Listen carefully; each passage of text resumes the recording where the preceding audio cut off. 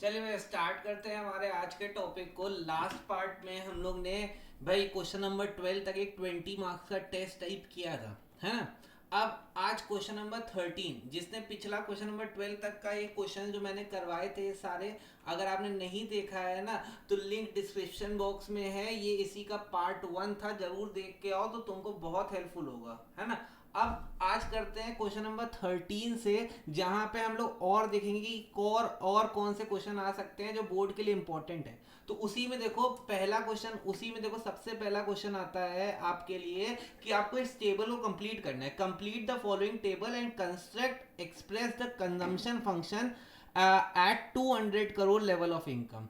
ठीक है, आपको एक कंजम्पशन फंक्शन पहले तो बनाना है। तो अगर मैं कंजम्पशन फंक्शन बनाऊं तो मैं जानता हूं कंजम्पशन फंक्शन जो होता है वो दो चीजों को मिक्सचर होता है। एक ऑटोनॉमस कंजम्पशन, जिसको सी बार से नोट करते हैं, और एक सी वाई। सी वाई ये ऑटोनॉमस पार्ट होता है, ये ऑटोनॉमस कंजम्पशन होता है, और ये इंड्यूस कंजम्पशन आईसी दिखा रहा है, मतलब इंड्यूस कंजम्पशन को दिखा रहा है। अब तुम देखो तुम्हारी इनकम जीरो है, तुम्हारी इनकम जीरो है। जीरो इनकम पे भी तुम -30 सेव कर रहे हो। -30 मतलब तुम अपने पैसा निकाल रहे हो, मतलब तुम अपनी सेविंग्स जो तुमने कर रखी है पुरानी उसमें से पैसा खा रहे हो।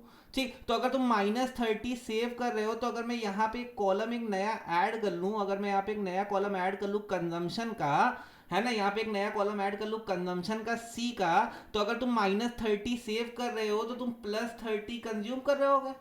+30, अगर तुमने 30 कंज्यूम किया होगा 0 रुपए कमाए बिना, 0 रुपए तुमने कमाए उसमें से 30 कंज्यूम कर लिया, तो हमको मालूम है इनकम में से कंजम्पशन चला जाता है तो सेविंग आ जाती है।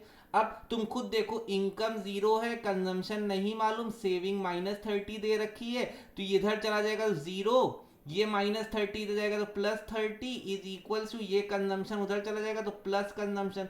तो कंजम्पशन कितना है, कंजम्पशन आ गया +30, तो +30 कंजम्पशन होगा। जीरो इनकम पे जो कंजम्पशन होता है उसको हम लोग कहते हैं ऑटोनॉमस कंजम्पशन। तो देखो तुम्हारा फंक्शन बन रहा है ऑटोनॉमस कंजम्पशन के लिए, सी बार तुम्हारा आ गया 30।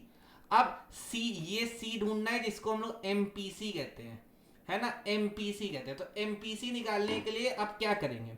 अब देखो तुमको यहां पे एपीसी दे रखा है, एपीसी कितना दे रखा है, एपीसी 1 दे रखा है, एपीसी तुमको 1 दे रखा है। तो अब एपीसी अगर 1 दे रखा है तो एपीसी निकालने का फॉर्मूला क्या है, C/Y = 1। ठीक, एपीसी तुमको, एपीसी का फॉर्मूला होता है कंजम्पशन अपॉन इनकम, ये 1 के बराबर है। कंजम्पशन हमको नहीं मालूम, इनकम हमारी 100 है, इनकम हमारी कितनी हो गई, 100 हो गई, 1। तो कंजम्पशन कितना आ गया, इसको इधर मल्टीप्लाई में देंगे तो कंजम्पशन मेरा कितना आ गया, 100। तो यहां के लिए मेरी कंजम्पशन आ गई 100, यहां के लिए मेरी कंजम्पशन कितनी आ गई, 100। अब 100 कंज्यूम किया, 100 कमाया, ठीक, तो सेविंग कितनी हो गई, जीरो। तो ये वाला कॉलम बन गया सेविंग का, ये वाला कॉलम बन गया सेविंग का। अब, है ना, अब सेविंग आ गई। सेम इसके, अब तुम यहां से क्या निकाल सकते हो, यहां से तुम अब एमपीएस निकाल सकते हो। एमपीएस कैसे निकलता है, अगर तुमको एमपीएस निकालना है तो ये कैसे निकलता है, ये निकलता है delta S upon delta Y.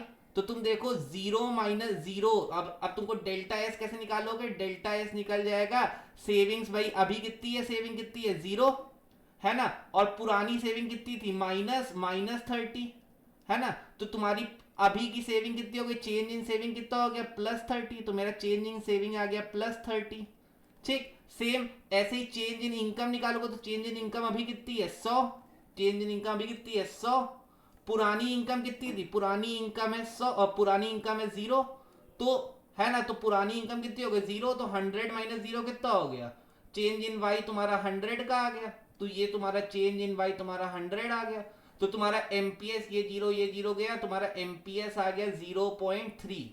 ठीक, अब हमको क्या मालूम है, MPC plus MPS equals to 1 होता है। ये सब तुम्हारे वर्किंग नोट पे जाएगा, ये सब तुम्हारा वर्किंग नोट है, ये सब तुम्हारा वर्किंग नोट है ना, वर्किंग नोट। ठीक, तो एमपीसी मेरे को निकालना है क्योंकि मेरे को कंजम्पशन फंक्शन बनाना है। एमपीएस मेरे मैंने निकाल लिया 0.3 इक्वल्स टू 1। तो एमपीसी कितना आ जाएगा, एमपीसी आ जाएगा 1 माइनस 0.3, 0.3 उधर चला गया तो एमपीसी आ गया 0.7। तो यहाँ पे एमपीसी आ गया 0.7 वाई, ये मेरा कंजम्पशन फंक्शन बन गया, ये मेरा कंजम्पशन फंक्शन बन गया। अब इसी कंजम्पशन फंक्शन को देख के सारे कॉलम भर डालो पहले, तो ये 0.3 आया, ठीक है, अब एक 0.3 आ गया तो एमपीएस तो चेंज होने से रहा, ये भी 0.3, ये भी 0.3 होगा, बिल्कुल अभी निकाल के भी चेक कर लेंगे सेम। अब इसके लिए एपीसी, अब देखो एपीसी दे रखा है 0.85, एपीसी दे रखा है 0.85, है ना। अब तुम्हारी कंजम्पशन तुमको नहीं मालूम है, इनकम तुमको मालूम है 200।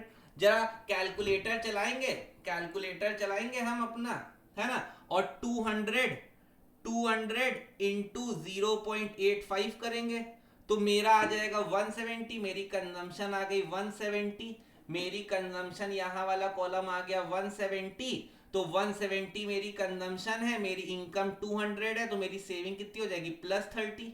सेम इसके लिए निकालेंगे, 0.8 मेरा एपीसी है ना, कंजम्पशन नहीं मालूम, इनकम मेरे को 300 दे रखी थी, 8 3 24 होता है, मेरे हिसाब से 240 आएगा। जरा करके देख लेते हैं, 300 इंटू 0.8, भाई मेरा आ गया 240, कंजम्पशन मेरा 240 आ गया, कंजम्पशन मेरा आ गया 240, यहाँ पे मेरी कंजम्पशन आ गई 240, है ना, और तुम्हारी ये कितनी आ गई, ये तुम्हारा आ जाएगा 300 माइनस 240 60। अब तुम किसी का भी निकाल के देख लो, एमपीएस सेम ही आएगा। एमपीएस कैसे निकलता है, change in saving upon change in income. जरा इसका निकाल के देखो, 30 से 0 कितना हो गया चेंज, 30 का चेंज हुआ, 30 का चेंज हुआ। इनकम में कितना चेंज है, 200 से 100, इनकम में 100 का चेंज है, 30 डिवाइड बाय 100 0.3 आएगा, वही लिखा है।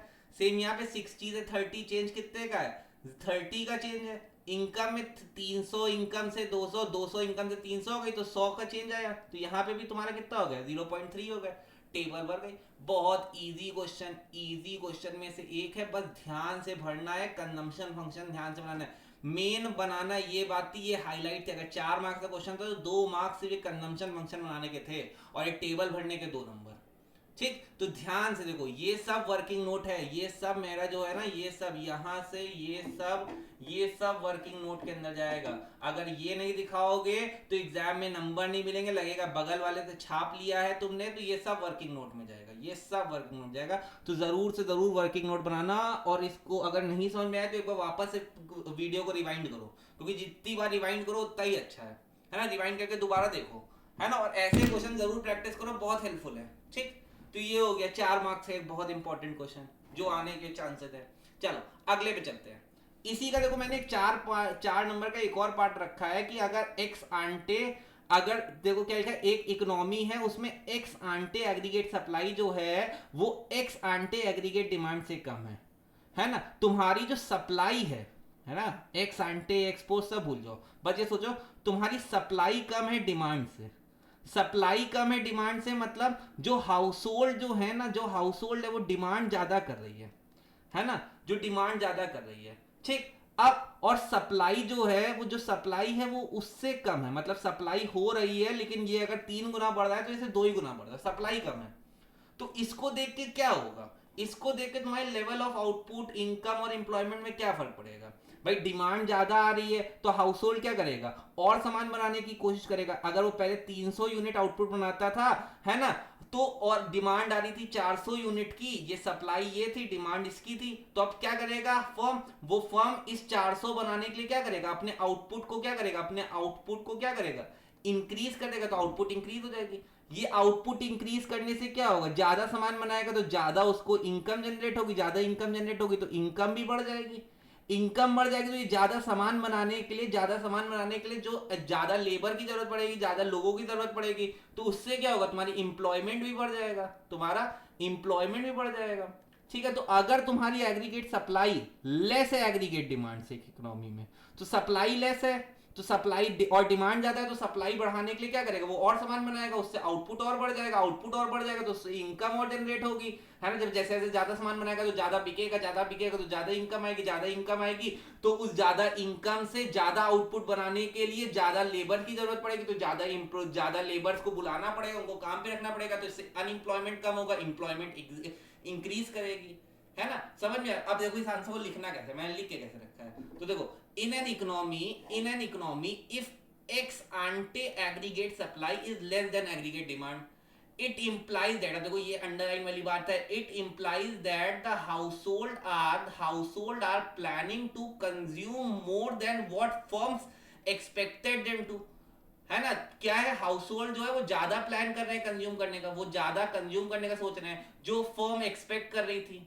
फर्म ने एक्सपेक्ट 300 का किया, पर कंज्यूम कितना कर लिया उन्होंने, 400 कर लिया। ठीक, इससे क्या होगा, this will lead to unintended fall in inventory, उनकी इन्वेंट्री शॉर्टेज हो जाएगी, डिमांड बढ़ जाएगी, तो भाई इन्वेंट्री कम पड़ने लगा, आउटपुट कम बढ़ने लगा। To restore the desired level, तो उनको वापस से डिजायर्ड लेवल को रिस्टोर करने के लिए, है ना, वो इन्वेंट्री, है ना, प्रोड्यूसर क्या करेंगे, प्रोड्यूसर अपनी प्रोडक्शन को एक्सपैंड करेंगे। इससे क्या होगा, इससे होगा क्या, वो तुम्हारा increase in level of output हो जाएगा, एम्प्लॉयमेंट हो जाएगी, और तुम्हारी इकोनॉमी की इनकम भी बढ़ जाएगी।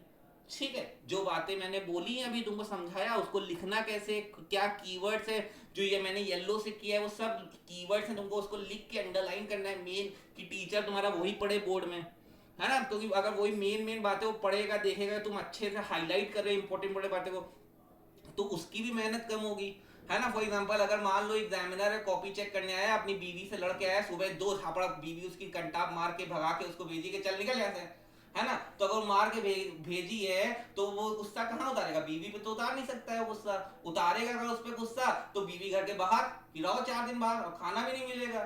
तो वो क्या करे, वो आके तुम्हारी कॉपी पे ना गुस्सा उतार पाए, तो तुम पहले से उसको कॉपी सजा के दे दो, कि मतलब उसका गुस्सा ही शांत हो जाए।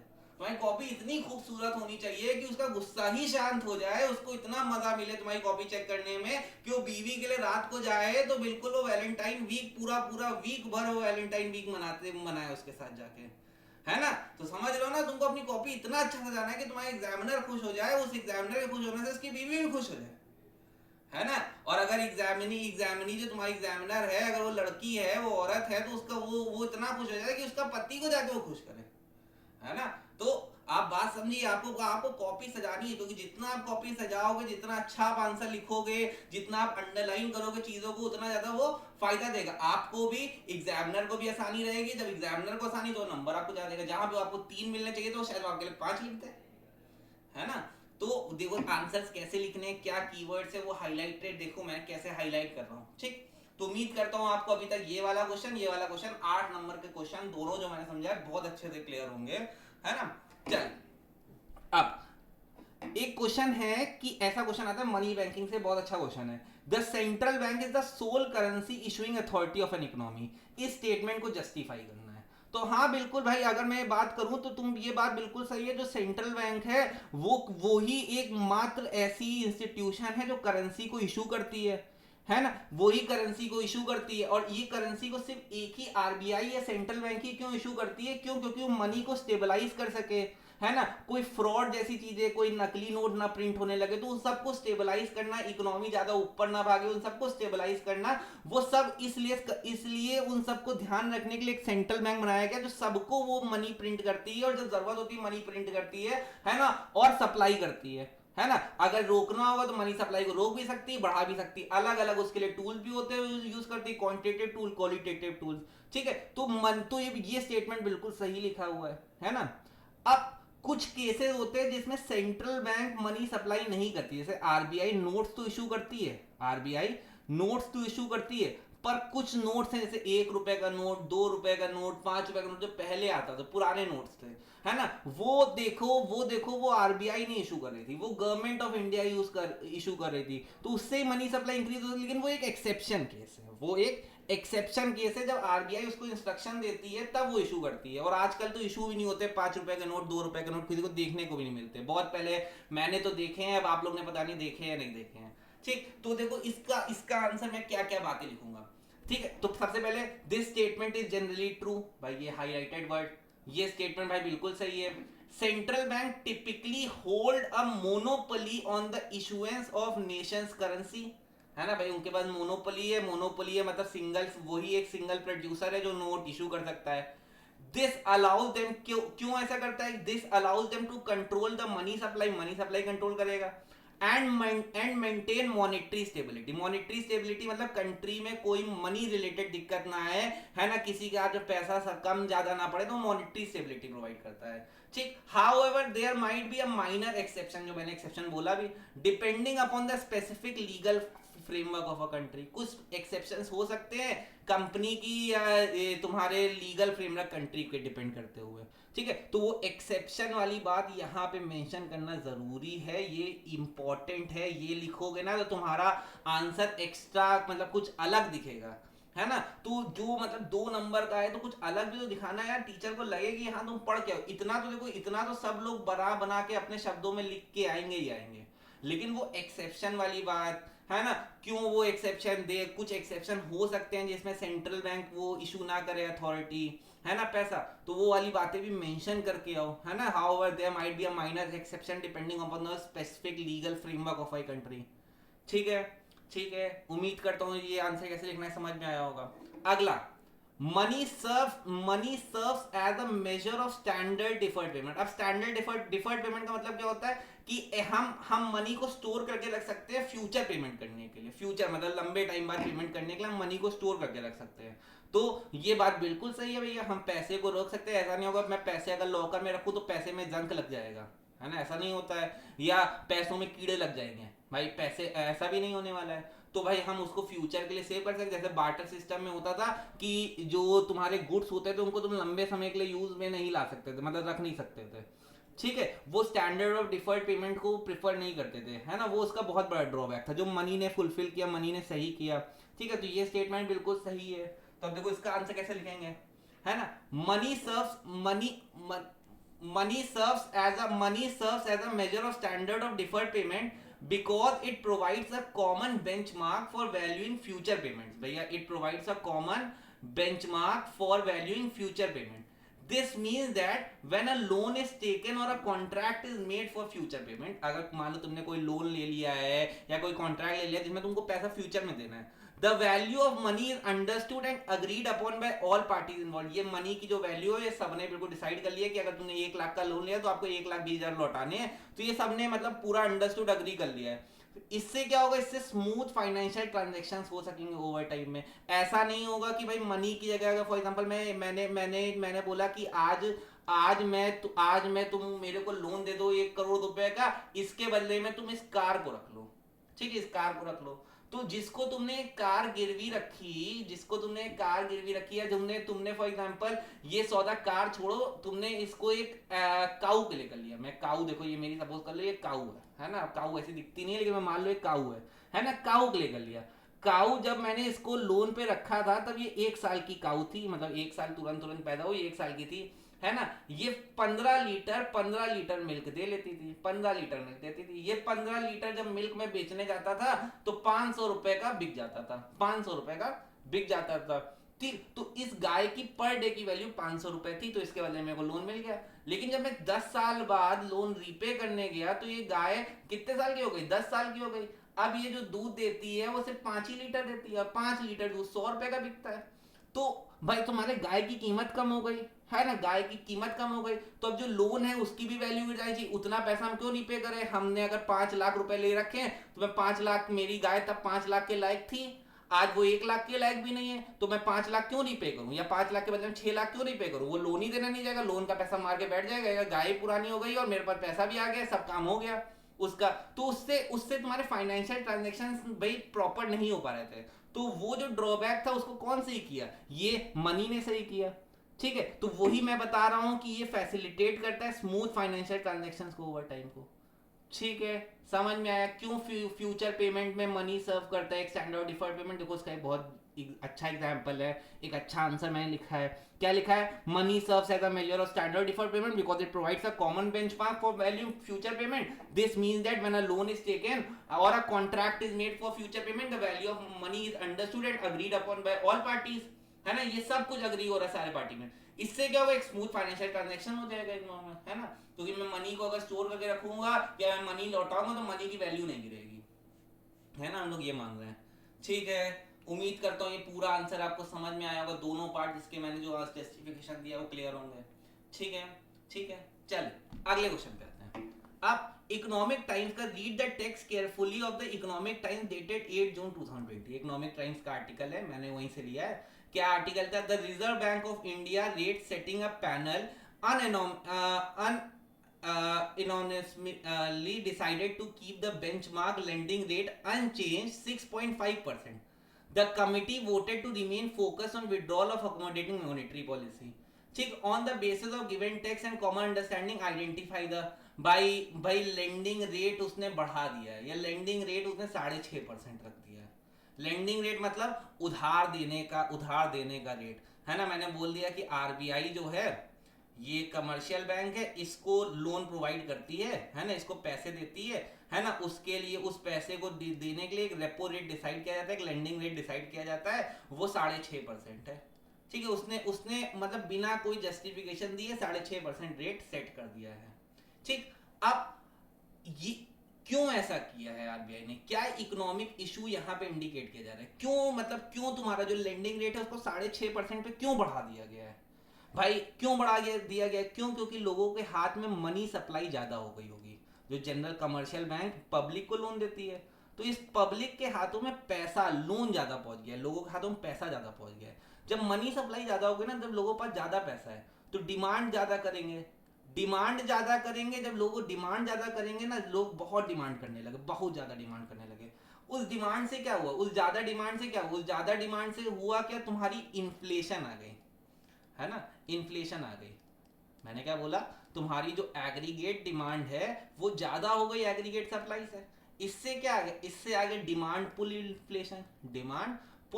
डिमांड ने इन्फ्लेशन को अपनी तरफ खींच लिया, तो इसको नाम दे दिया उन्होंने डिमांड पुल इन्फ्लेशन. इससे आ गई इन्फ्लेशन.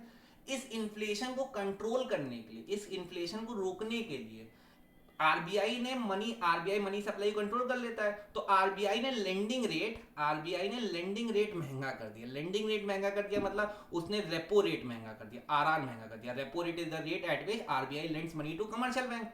जब आरबीआई ने कमर्शियल बैंक के लिए लोन 6.5% महंगा कर दिया, तो कमर्शियल बैंक भी पब्लिक के लिए 6.5% लोन भाई महंगा कर देगा.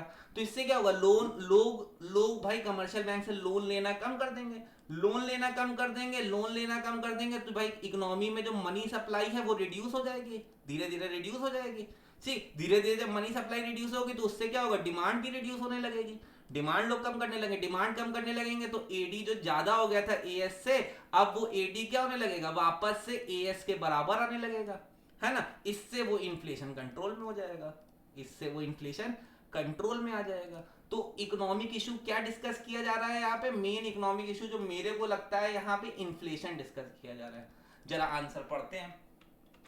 ठीक है, इन देखो लिखा है इन्फ्लेशन इन द इकोनॉमी में be the economic issue indicated at the above text. The situation of excess demand may be underlying cause. Excess demand सबसे बड़ा underlying cause है behind the decision taken by Reserve Bank of India to keep the benchmark lending rate unchanged to 6.5%.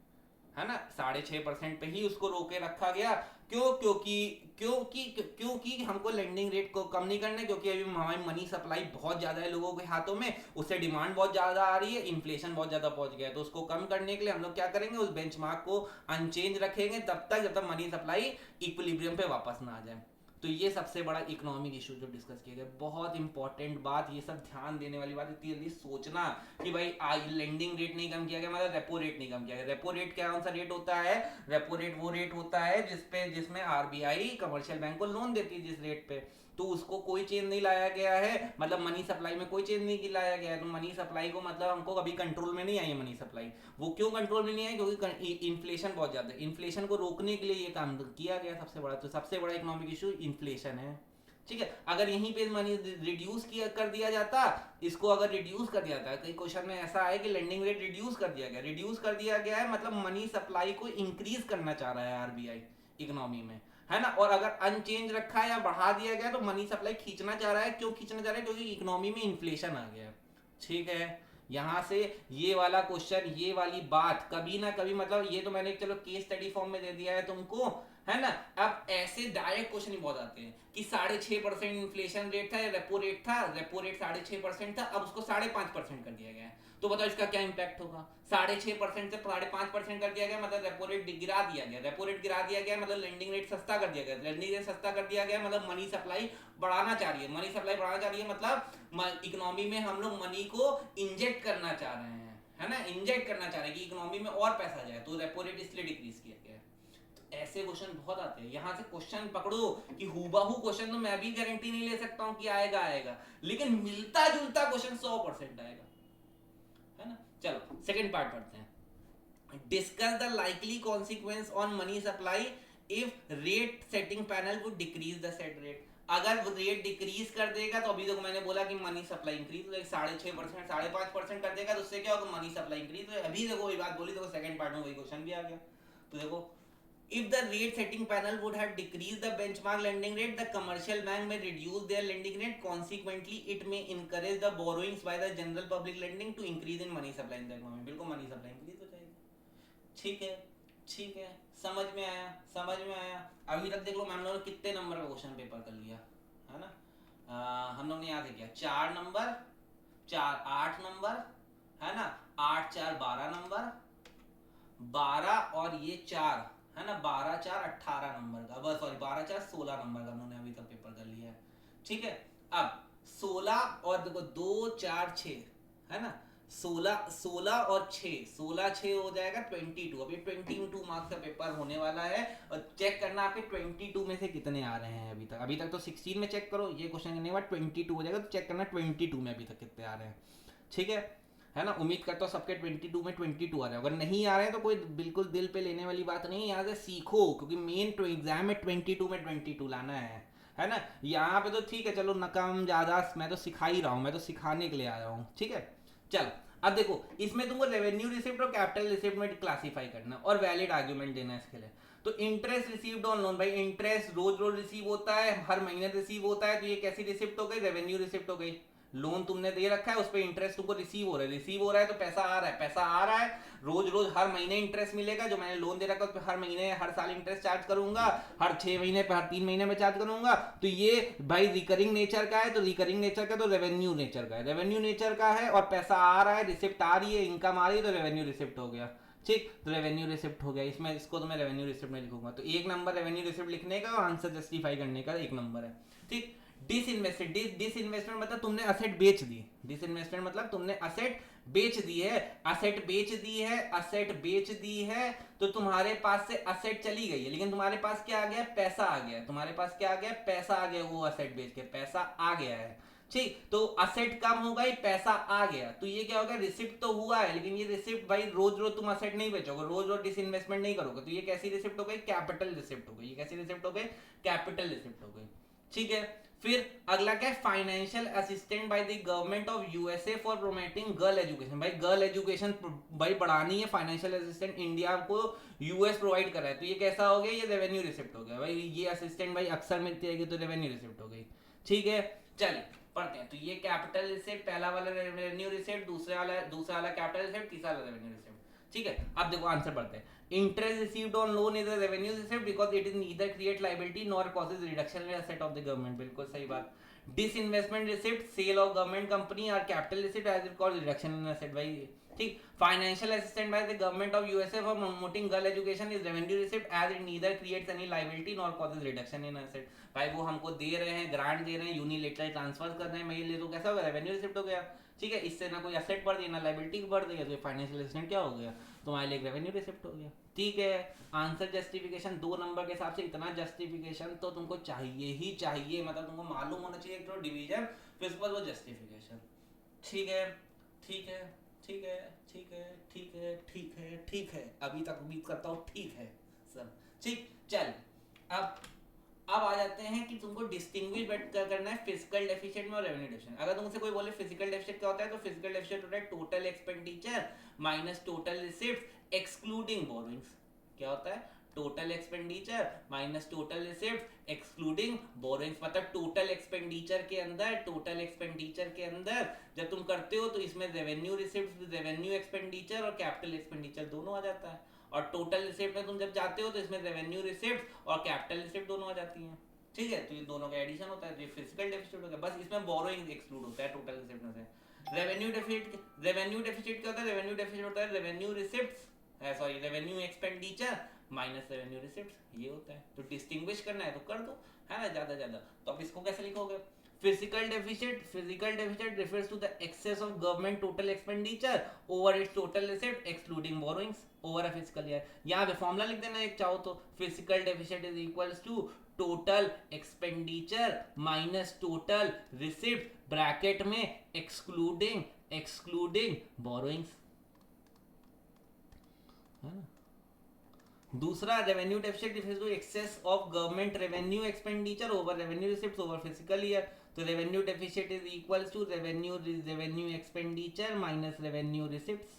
ये formula लिख देना, हो गया, distinguish हो गया, 2 नंबर पक्के. इजी सा क्वेश्चन था, है ना. ये फॉर्मूले और ये बात याद कर लेना, इससे एक न्यूमेरिकल आ सकता है, 1 न्यूमेरिकल क्वेश्चन, है ना. मतलब तुमको फिजिकल डेफिसिट, रेवेन्यू डेफिसिट, है ना, और प्राइमरी डेफिसिट और बजट डेफिसिट, है ना, या प्राइमरी डेफिसिट और ये बजट डेफिसिट, ये 4 चीजें तुमको निकालनी आनी चाहिए. अगर आपको नहीं निकालनी आती हैं तो एक गवर्नमेंट बजट मेरा टॉपिक है, मैंने करवा रखा है, डिस्क्रिप्शन में लिंक लगा होगा, जाके जरूर देख लीजिए, है ना, या सर्च कर लीजिए गवर्नमेंट बजट बाय यश निगम गौर्स लालबाग, है ना, सर के लिए वीडियो आ जाएगा मेरा, ठीक है, देख जरूर लीजिए. ठीक, चलिए इस पे आते हैं. अब discuss briefly the concept of circular flow of income in a 2 sector model. अगर तुम 2 सेक्टर मॉडल की बात कर रहे हो तो यहाँ पे सिर्फ 2 सेक्टर होंगे, एक हाउस होल्ड, है ना, और एक फर्म. एक हाउस होल्ड, एक फर्म, है ना. इसमें जब तुम हाउस होल्ड और फर्म में जब तुम सर्कुलर फ्लो की बात करते हो तो यहाँ पे 2 चीजों का फ्लो होता है ना. 2 चीजों का फ्लो होता है, एक मनी फ्लो होता है और एक रियल फ्लो होता है ना. मनी फ्लो मतलब पैसा इनसाइड आउटसाइड हो रहा है, फ्लो हो रहा है. रियल मतलब गुड्स का इनफ्लो आउटफ्लो हो रहा है, गुड्स का इनफ्लो आउटफ्लो हो रहा है. तो सबसे पहले हाउस होल्ड से फर्म क्या जाएगा, यहाँ पे जाएंगे फैक्टर ऑफ प्रोडक्शन. यहाँ पे क्या जाएंगे, फैक्टर ऑफ प्रोडक्शन. ठीक, फैक्टर ऑफ प्रोडक्शन मतलब लैंड, लेबर, कैपिटल, एंटरप्रेन्योर. भाई हाउस होल्ड ही सप्लाई करता है फर्म को, तो यहाँ वो लोग जाएंगे. फर्म से हाउस होल्ड क्या आएगा, फर्म से हाउस होल्ड आएगा तुम्हारे क्या, गुड्स एंड सर्विसेज. तो ये जो इनसाइड वाला सर्कल जो मैंने ब्लैक से दिखाया है, ये जो ब्लैक कलर है, ये ब्लैक कलर की लाइन जो है ये आपको दिखा रही है किसका, रियल फ्लो को. ये दोनों रियल फ्लो है, यहाँ पे गुड्स सर्विसेज, है ना, और फैक्टर पेमेंट हो रहे हैं. ठीक, अब रेड कलर से अब फर्म क्या देगा, है ना, फर्म क्या देगा हाउस होल्ड को इसके बदले में. फर्म, तुमने फैक्टर और प्रोडक्शन तो ले लिया, अब फैक्टर और प्रोडक्शन जो तुम्हारे यहाँ काम करने आए हैं फर्म में, उनको तुम पैसा दोगे, तो payment of factor of production, ये पेमेंट चला गया फैक्टर ऑफ प्रोडक्शन को, है ना. और हाउस होल्ड इसको क्या देगी फर्म को, तुम भाई हाउस होल्ड ने भाई गुड्स एंड सर्विसेज खाए हैं फर्म से, तो उसको क्या करेगी, पेमेंट करेगी. तो payment for goods and services, GAS लिख दिया, गुड्स एंड सर्विसेज. तो ये क्या हो गया, ये रेड कलर की लाइन तुम्हारी क्या दिखा रही है, मनी फ्लो दिखा रही है, ये मनी फ्लो दिखा रही है. ये लो 2 सेक्टर मॉडल बन गया.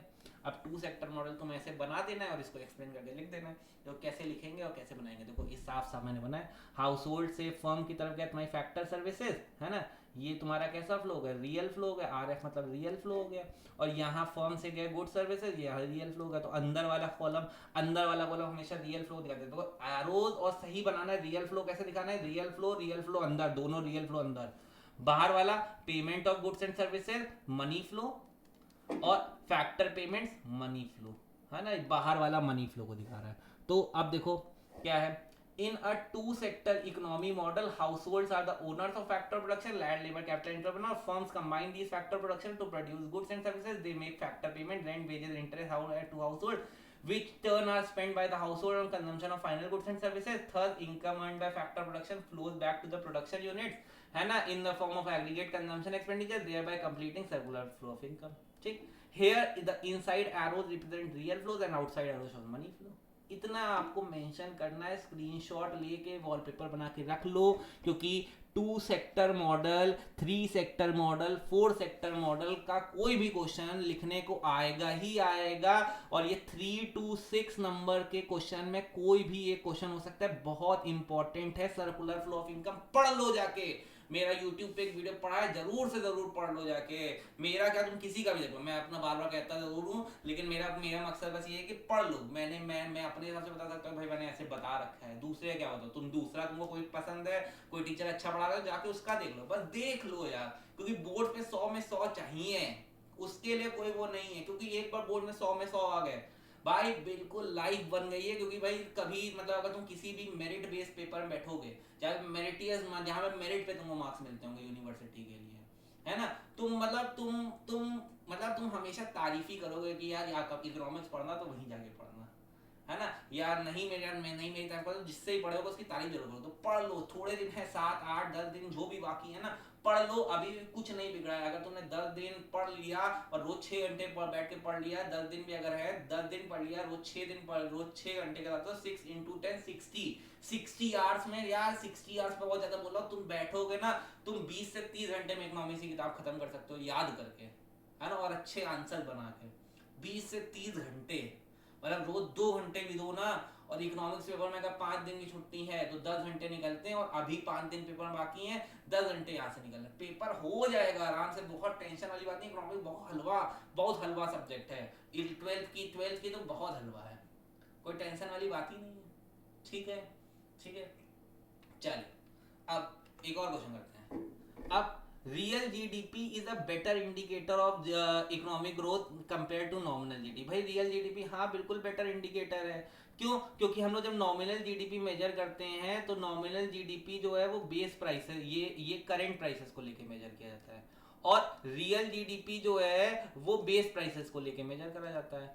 तो ये जो रियल जीडीपी है ये प्राइस इफेक्ट को नलीफाई कर देता है, ये प्राइस इफेक्ट को नलीफाई कर देता है। प्राइस इफेक्ट को नलीफाई कर देता है, इसका मतलब क्या है? इसका मतलब क्या है, मान लो मेरा अभी मैं कोई गुड़ बना रहा हूं, उसका प्राइस, उसकी क्वांटिटी ये है, ठीक, प्राइस मान लो उसका 100 रुपए है और मैं क्वांटिटी 10 खा रहा हूं, ठीक, यहाँ पे प्राइस इसका हो गया है, यहाँ पे मैं मान लेता हूं इसका प्राइस हो गया है, क्वांटिटी अभी भी 10 खा रहा हूँ, क्वांटिटी अभी भी 10 खा रहा हूँ, यहाँ पे इसका प्राइस 120 हो गया है, मतलब प्राइस बढ़ गया है, क्वांटिटी उतनी ही है। अब जरा मैं पहले नॉमिनल जीडीपी निकालता हूँ, है ना, नॉमिनल जीडीपी निकालता हूँ, तो नॉमिनल जीडीपी निकलती है तो प्राइस इंटू क्वांटिटी, है ना, और ये क्वांटिटी जो लेते हैं, ये सॉरी ये जो प्राइस लेते हैं करंट ईयर के पैसे लेते हैं, तो अब जा करो 100 × 10 कितना होता है, 1000 रुपए, है ना, और 120 × 10 कितना होता है, 1200, है ना, 1200, है ना, 1200 होता है। ठीक, तुम क्या देख रहे हो, सिर्फ प्राइस बढ़ गया, इस वजह से तुम्हारी जीडीपी बढ़ गई है, कितने, 200 से, 200 से तुम्हारी जीडीपी बढ़ गई है, ठीक, सिर्फ और सिर्फ प्राइस बढ़ने की वजह से। वहीं पे रियल जीडीपी देखो, रियल जीडीपी क्या होती है, रियल जीडीपी होती है प्राइस इंटू क्वांटिटी। यहाँ पे जो प्राइसेस लेते हैं बेस ईयर के प्राइसेस लेते हैं, मतलब यहाँ वाले प्राइसेस कोई लेंगे, प्राइसेस सॉरी यहाँ वाले प्राइसेस लेंगे, प्राइसेस में कोई चेंज नहीं आएगा। तो यहाँ पे निकालोगे तो 100 × 10 कितना आ जाएगा, 1000 रुपए, है ना, 1000 रुपए, और 120 सॉरी 10 अभी भी खा रहे हो और बेस ईयर के ही पैसे ले रहे हैं, तो यहाँ पे भी 1000 ही आएगा, क्योंकि प्राइस के बढ़ने से कोई वो नहीं। तो ये देख, तुम यहाँ ये देख सकते हो कि तुम्हारी जीडीपी में कोई फर्क नहीं आया, तुम्हारी जीडीपी में कोई फर्क नहीं आया, जीडीपी सेम ही है, सिर्फ फर्क क्या आया, प्राइसेस का फर्क आया है। जीडीपी तब इंक्रीज करती जब तुम यहाँ पे 10 क्वांटिटी की जगह 12 खाने लगते, अब 12 × 100 होता और यहाँ पे 1200 हो गया होता ना, तब जीडीपी एक्चुअल बढ़ी। आज जीडीपी, रियल जीडीपी क्या दिखाता है, रियल जीडीपी क्वांटिटी में चेंज दिखाता है, क्वांटिटी, अगर तुम्हारी इकोनॉमिक क्वांटिटी ज्यादा खाने लगी है तो वो रियल जीडीपी है। पर नॉमिनल जीडीपी क्या दिखाई, नॉमिनल जीडीपी को दिखा रही है कि जीडीपी तब बढ़ रही है अगर प्राइस को बढ़ा दो ना तो भी जीडीपी बढ़ रही है ना, मतलब अगर सामान महंगा हो जाए तो भी इकोनॉमी ग्रो कर रही है ना, मतलब जो सामान पहले 10 का मिलता था और हम 10 यूनिट खा रहे थे तो हम 100 रुपए खर्च करते थे, अभी भी 10 यूनिट खा रहे हैं, सामान 11 रुपए का हो गया तो 110 खर्चा होने लगा, तो 10 रुपए से जीडीपी बढ़ गई। क्या सच्चाई है?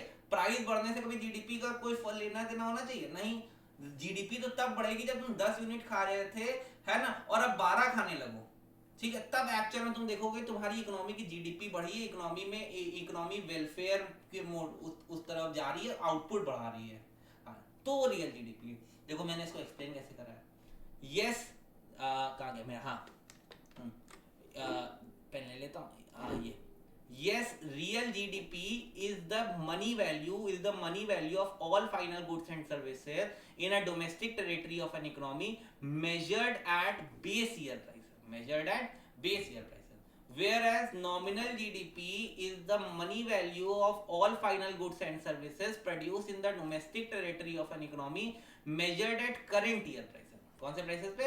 Current year prices पे nominal GDP जो बात बोली, ठीक है. Therefore real GDP is a better indicator to make comparison in terms of physical output and it eliminates the effect of prices. तो मैं टेबल समझा रखा है 2010 2011. 2010 में प्राइस 10 था, आउटपुट 100 यूनिट थी, तो तुम रियल जीडीपी 1000 आ गई, नॉमिनल जीडीपी 1000 आ गई. वहीं पे 2011 में 15 रुपए प्राइस हो गया 100 रुपए के हिसाब से, तो रियल जीडीपी तो अभी भी 1000 रुपए ही रहेगी, क्योंकि रियल जीडीपी तुम्हारी ये आउटपुट 100 रखेगा, आउटपुट में कोई चेंज नहीं आया हुआ. ये तो ये तुम्हारे जो प्राइसेस लेगी वो बेस ईयर के प्राइसेस लेगी, बेस ईयर के प्राइसेस लेगी तो 1000 ही रहा, ठीक है. वहीं पे नॉमिनल जीडीपी 1500 हो गई, तो 500 तुम्हारी जीडीपी नॉमिनल बढ़ गई, लेकिन रियल जीडीपी में कोई चेंज नहीं आया. क्यों? क्योंकि प्राइस में कोई, क्योंकि तुम्हारे आउटपुट में कोई चेंज नहीं है, तो जीडीपी बढ़ी नहीं, रियल जीडीपी. तो ये बेटर इंडिकेटर है वेलफेयर का, है ना, ये अच्छा इंडिकेटर है, ठीक है.